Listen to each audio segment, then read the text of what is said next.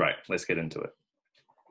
The global toilet paper industry was worth $81 billion in 2018 and is projected to increase to $94 billion by 2023. This rapid projected growth is largely due to westernization of toilet hygiene practices and a trend toward multi-layered toilet tissue. Population growth is also a significant factor. In New Zealand, toilet paper is dominated by three giants: Asoleo, who produce Sorbent and Purex, Cotton Soft and Kiwisoft, and Kimberly-Clark, who make Kleenex. Increased pack sizes and a low margin, high volume business strategy prevalent in the industry may make it hard for new entrants to compete with the incumbents' economies of scale and widespread distribution. Earth Initiative is a new paper products company being launched by Zuru Edge in September 2020.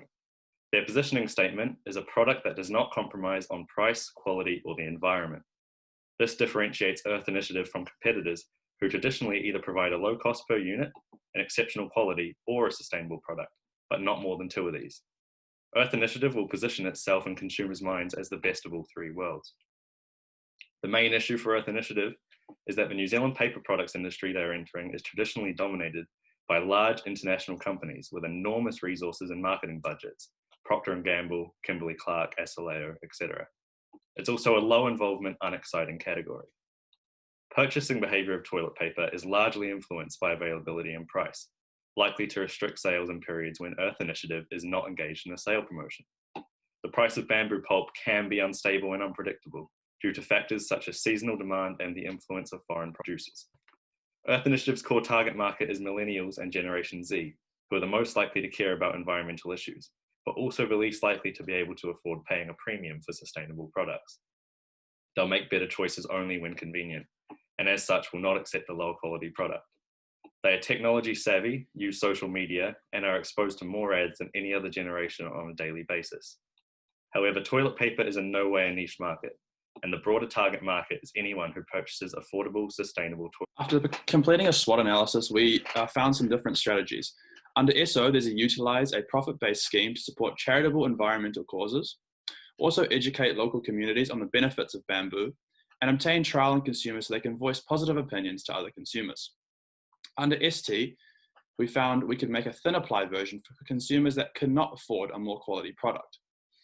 Under WO, we found that we could not only support environmental causes, but also local and animal foundations, while also having informative ads so consumers can support local and learn about the product. Under WT, we thought that we could find room for alignment among Zuru and Zuru Edge products, with a full shift towards sustainability. From that, we were able to find some smart objectives. With a time period of 6 months, Objective 1 was to create awareness among 90% of the target audience, utilizing simple messages and repetitive advertising through social media and billboards. The problem we are trying to solve here is gaining recognition in an uninteresting industry that is dominated by two multinational companies, Procter & Gamble and Kimberly-Clark. Objective 2 is to create interest and understanding in Earth Initiative among 70% of the target audience. Doing this by clearly communicating the information about the features of the toilet paper and its extensive benefits through packaging and social media. For example, that the product is made of 100% of bamboo and is far more sustainable than conventional toilet paper. Objective 3 is to obtain trial among 20% of the target audience, using sampling and social media discounting, along with other forms of selected media. Use the social media platform to build a brand community of loyal consumers who invigorate trial in other consumers.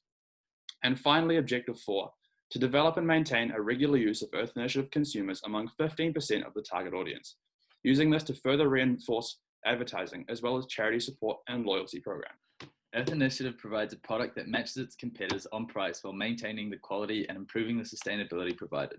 The key message of the advertisement allows for the product to target the desired audience who are concerned about the environment, but also concerned about the price and quality. The essential elements we are trying to convey is that we're a sustainable and an innovative brand that uses material from bamboo pulp that allows us to continually source materials at no detrimental cost to the ecosystem or environment, compared to that of a normal toilet paper brand that destroys the whole forest that will take a lifetime to regrow. Earth Initiative is the best sustainable product out there, allowing for a single-use item to do no irreversible damage to the environment. Sustainability should not be determined by how much you pay. Also, having charities associated like Ocean Cleanup and the WSPA With each pack bought, we're giving consumers the chance to make a change. We'll either be helping clean up the waterways or protect animals. Through our use of IMC concepts, we created this message to create a wholesome campaign and to convey a united message about sustainability and how our product is more beneficial to the planet. We have integrated this campaign so that the colours, logos, and the packaging is the same across all media to maximise the recognition of the brand and the product. The first media we propose be implemented is billboard displays. The billboard needs to resemble the current packaging so that it creates brand recognition when the consumers go to purchase. Using billboards to advertise toilet paper is unusual and will instantly grab the audience's attention. This will help them to be disruptive. The billboards should be placed in Auckland, Wellington and Christchurch to reach students and Generation Z and millennials, as this is the target market. Each month, the billboards will be placed at different sites to maximise reach and frequency. This is important as it is a new brand.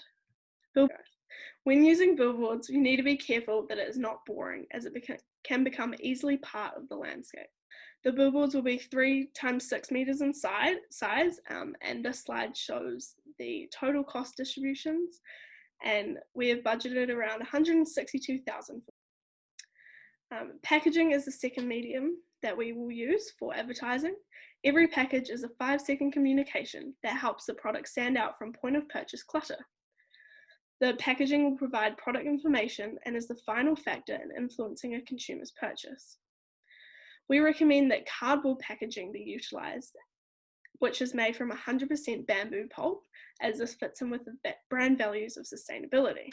As the cost of the packaging as an advertising medium is already built into cost of goods sold, none of our advertising budget will be spent on packaging. We will also use social media as advertising. There are 4 aspects to this.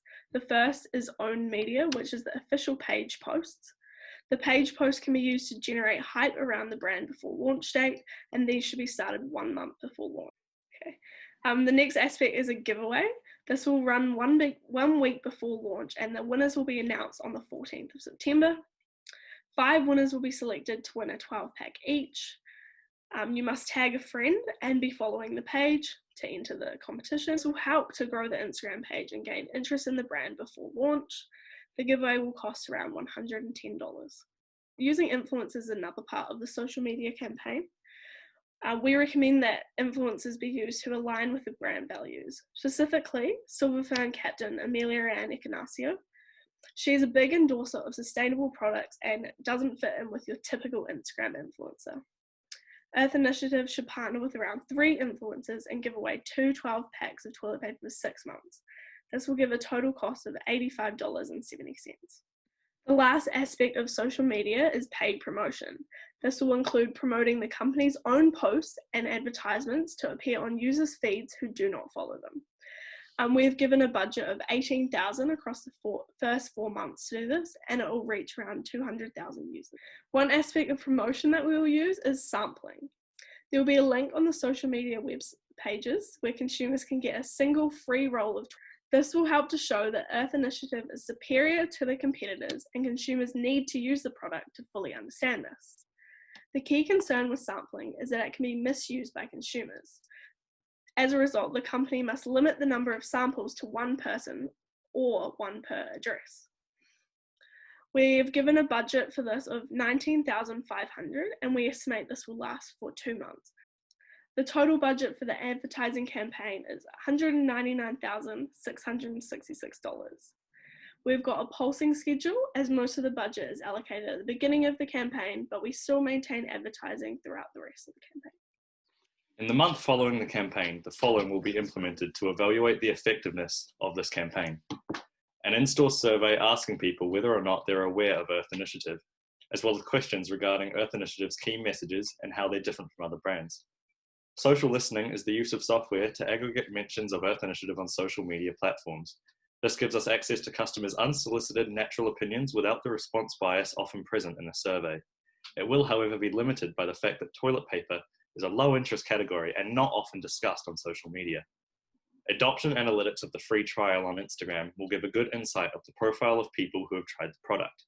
Instagram account data such as age, frequented places, and followed accounts will be useful for determining the success of the trial among the target audience. Point of sale tracking of whether the customer is a repeat customer or new consumer will allow us to track our customer retention rate. Shown on the slide are our return on investment calculations. We've calculated a return on investment of negative 39.5%, which isn't great. However, the way the return on investment of this campaign is measured is flawed, as it does not take into account the brand equity the campaign will build and the future revenue this will bring in. A negative return on investment is not necessarily a failure of the campaign, but a necessary cost to lend the brand credence when fighting established players in the market. This campaign will serve as a base for further Earth Initiative campaigns, as they will no longer need to educate or inform the customer, but rather remind them.